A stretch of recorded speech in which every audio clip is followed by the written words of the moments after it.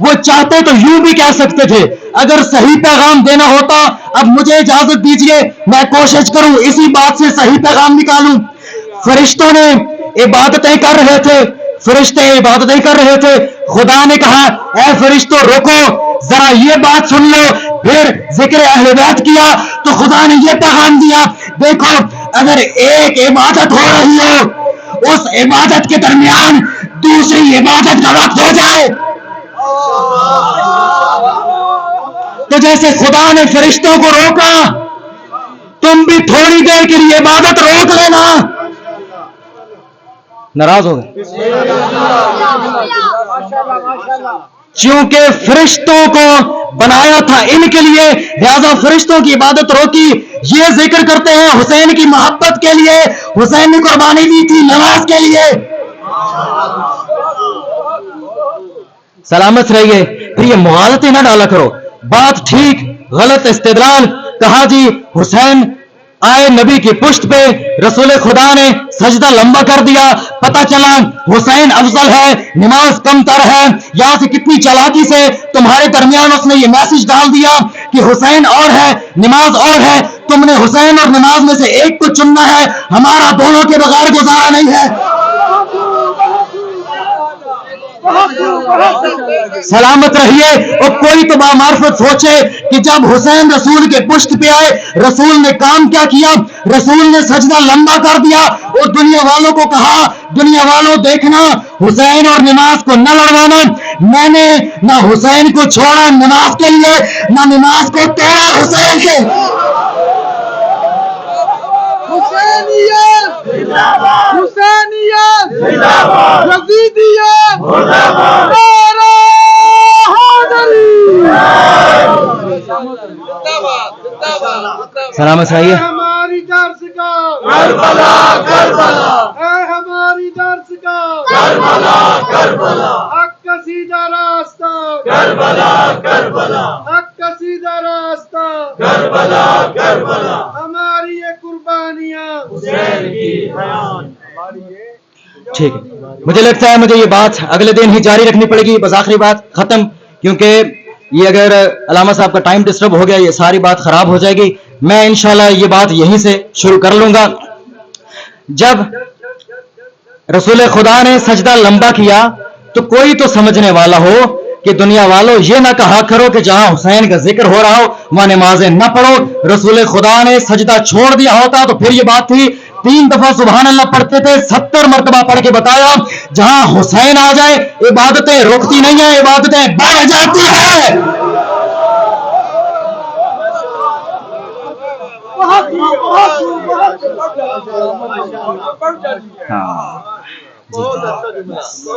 بس بات ختم کرتے ہیں۔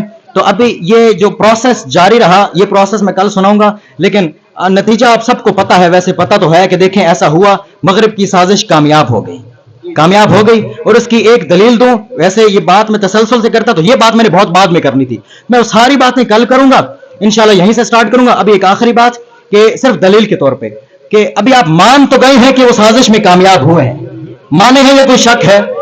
ہاں، اگر کسی کو شک ہے اور وہ احترام کی وجہ سے حیا کی وجہ سے بول نہیں رہا تو صرف اس کے لیے ایک بات کہ ممکن ہے میں کل آؤں تو 24 گھنٹے وہ اس اضطراب میں رہے کہ مجھے تو ان کی سازش کامیاب ہوتے ہوئے نہیں نظر آتی، تو میں صرف ان کو یہ کہوں گا کہ آپ یہ بات ذہن میں رکھیے گا کہ آپ ایک بچے کو اسکول داخل کراتے ہیں اور اس پہ چیک اینڈ بیلنس رکھتے ہیں، بچہ آپ کا میٹرک کر جاتا ہے، آج آپ کو خیال آتا ہے کہ چلو بچے سے کچھ تو سنیں، تو میٹرک پاس کر گیا بچہ تو آپ نے بچے سے میٹرک کے سوال نہیں کیے، آپ نے بچے کو کہا کہ بیٹا ذرا ABC سناؤ اور بچہ نہیں سناتا، تو آپ کہیں گے اس کو کہ بیٹا پھر کیا پڑھا ہے تم نے اسکول میں 10 سال؟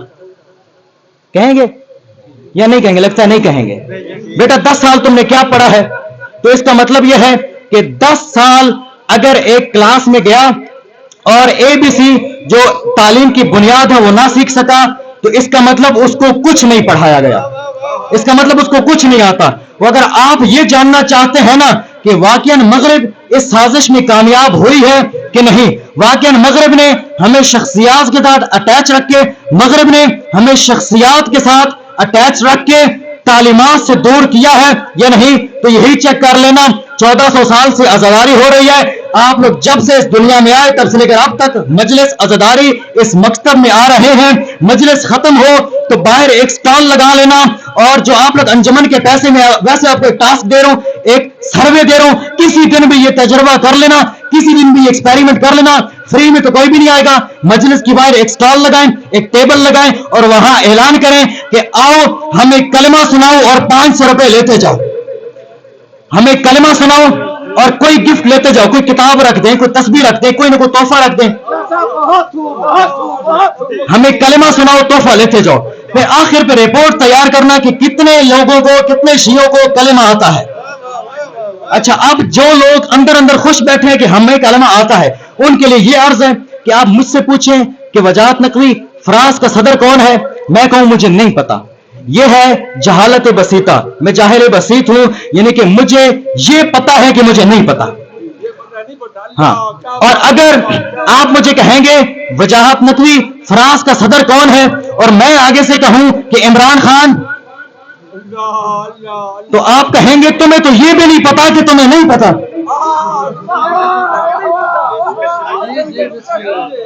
یقین کریں کتنے لوگ ایسے بیٹھے ہیں. اب میں اگر کلاس پڑھا ہوتا نا تو میں ایک ایک سے سنتا, لیکن یہ ممبر کا بھی احترام ہے, یہ آپ لوگوں کا بھی احترام ہے. میں آپ کو یہاں نہیں اس طرح کہہ سکتا, میں وہی طریقہ استعمال کروں گا جو امام حسین اور امام حسن علیہ السلام نے استعمال کیا تھا. میں صرف کلمہ سناؤں گا اور آپ لوگوں کو پتہ چل جائے گا کہ یار ہمیں کلمہ ہی نہیں آتا. تو کم از کم یہ بنیاد, یہ بیس تو ٹھیک کر لو. صرف اتنا بتاؤں گا آج, وہ کلمہ جو آپ لوگوں کو یاد ہے میں ٹھیک بعد میں کروا دوں گا. اور صرف سوچئے کہ ہمیں کلمہ بھی نہیں آتا, جو کلمہ آدھی تشیع نے یاد کیا ہوا ہے, آدھی تشیع نے. یہ بات کرنی میری مجبوری تھی, یہ بات کرنی بہت بڑی مجبوری تھی. کیوں؟ کیونکہ اگر میں آج چھوڑ دیتا شاید مجھے کل بھول جاتا. آپ لوگوں نے, میں نے ابھی کہا نا اسکول کی بات کی کہ اسکول میں 10 سال بچے کو پڑھایا تو اس کو اے بی سی بھی نہیں آتی. آپ نے بچے کو تو کچھ بھی نہیں کہنا, آپ کیا کریں گے, آپ پرنسپل کو جا کے پکڑیں گے. آج امام زمانہ آتے ہیں, امام زمانہ یہاں بیٹھیں گے, پھر میری تو کوئی اوقات نہیں ہوگی مجلس پڑھوں. امام زمانہ نے کلمہ سن لیا تو آپ کو تو کچھ نہیں کہنا. انہوں نے امام نے کہنا ہے اے وجاہت نقوی, ایک قوم کو کلمہ یاد کروانے میں کتنی دیر لگتی ہے؟ مولا ایک دن بھی نہیں لگتا. میں نے تمہیں کتنا ٹائم دیا؟ مولا 1100 سال. میری مجبوری تھی. جو پوری تشیع نے کلمہ یاد کیا ہوا ہے وہ یہ ہے, لا الہ الا اللہ محمد رسول اللہ علی ولی اللہ وسیع یا رسول اللہ و خلیفۃ بلا فصل. غلط ہے یہ, یہاں کہاں سے آ گیا؟ یہ کلمہ غلط ہے, اعرابی غلطیاں ہیں. کتنے لوگوں نے یہ کلمہ یاد کیا ہوا ہے؟ تصحیح انشاءاللہ کریں گے. جن کو یہ کلمہ آتا ہے وہ ذرا لمحہ فکریہ کریں, پریشان نہ ہو, ان کا کلمہ ٹھیک کروائیں گے. اور جن کو ٹھیک کلمہ آتا ہے وہ خدا کا شکر ادا کریں. جزاک اللہ, بہت شکریہ, آپ نے برداشت کیا, آپ نے یہ زحمت کی. آپ سب سے معذرت کروں گا کہ ان کا وقت لے لیا. آئیں مل کے اس ہستی کو مختصر سا پرسہ دیتے ہیں کہ جس کو کھا گئی کربلا. اللہ اکبر.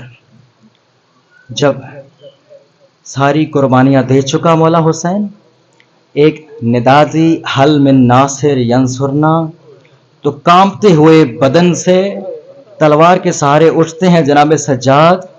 پھوپھی اماں مجھے سہارا دیجئے, میرا بابا اکیلا رہ گیا. حضرت سجاد کہتے نا بیٹا سجاد, کربلا میں مرنا آسان ہے, جینا مشکل ہے. بیٹا آپ کا امتحان مختلف ہے. بیٹا میرا یہ امتحان تھا کہ میں نے بغیر کفن کے مارا جانا ہے. بیٹا آپ کا یہ امتحان ہے, آپ نے بغیر چادر کے پھوپھیوں کے ساتھ بازاروں میں. اللہ اکبر. میرا وہ امام, لوگ جن کے بیٹے قربان ہوئے وہ بیٹوں کو دیکھ کے روتے تھے. امام بات بات پہ رو پڑتے تھے. کسی نے کہا مولا میرے بیٹے کی شادی ہے, تشریف لائیے گا. رو پڑے, کہا مجھے اکبر یاد آ گیا. کسی نے کہا مولا مجھے خدا نے بیٹی دی ہے, تو رو پڑے, کہا مجھے سکینہ یاد آ گئی. عزکم اللہ منحال تشریف لاتے ہیں. سنا ہے کہ مولا باغ میں گئے ہیں, خوش ہو گئے. شاید مولا سیر کو گئے ہیں, شاید مولا کچھ دل ہلکا کرنے گئے ہیں. دیکھو تو مولا رو رہے ہیں. کہا مولا یہاں بھی رو پڑے, کہا پانی دیکھا کربلا یاد آ گئی. عزکم اللہ چھوڑ دیے سارے مصائب. قصاب جب گوشت ذبح کرتے تھے، جب گوشت کاٹتے تھے، دیکھتے تھے امام سجاد آ رہے ہیں، گوشت پہ کپڑا ڈال دیتے تھے۔ ایک مرتبہ ایک قصاب گوشت پہ کپڑا ڈالنا بھول گیا، جناب سجاد آئے، حالت غیر ہو گئی، گریا کرنے لگ گئے، کہا مولا معاف کر دیجئے، میں کپڑا ڈالنا بھول گیا تھا۔ مولا نے کہا اتنا بتا، پانی پلایا تھا؟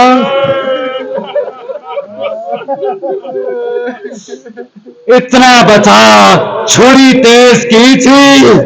اتنا بتا، جب ذبح کر رہا تھا کوئی دیکھ تو نہیں رہا تھا؟ کہا مولا ہم مسلمان ہیں۔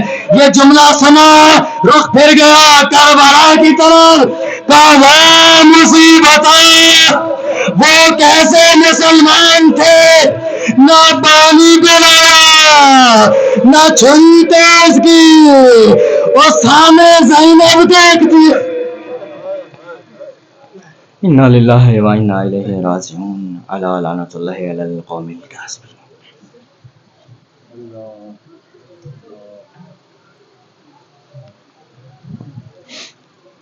سادات المومنین روتی ہوئی آنکھوں کے ساتھ دعا کریں کہ پروردگار عالم کہ بلا وجہ نقوی صاحب کی زندگی دراز فرمائے اور ان کو محمد و آل محمد کے فضائل اور مصائب